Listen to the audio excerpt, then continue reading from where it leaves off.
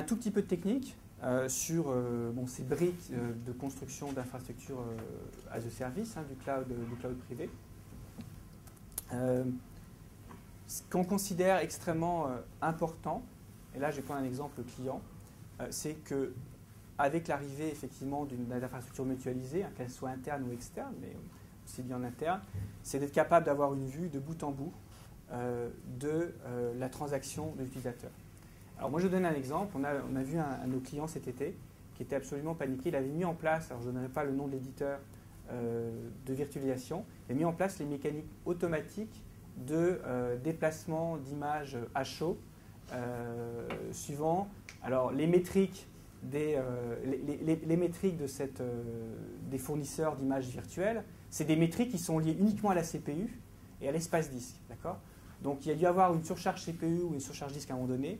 Il avait perdu son application. Il a dit, dans mon data center qui est dans l'est de Paris, il a dit j'ai perdu mon application, je l'ai retrouvée, elle était à 250 km.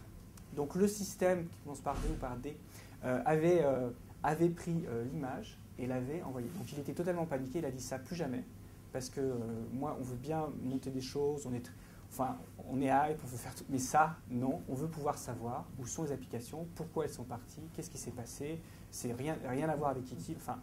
Donc vraiment quelqu'un qui n'était pas très content. Et nous, ce qu'on considère, c'est il est important d'avoir une vue bout en bout de la transaction business.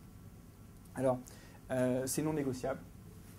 La performance et la disponibilité, y compris sur des infrastructures qui ne sont pas chez soi, d'avoir le maximum d'informations pour être capable de prendre à un moment donné les bonnes décisions.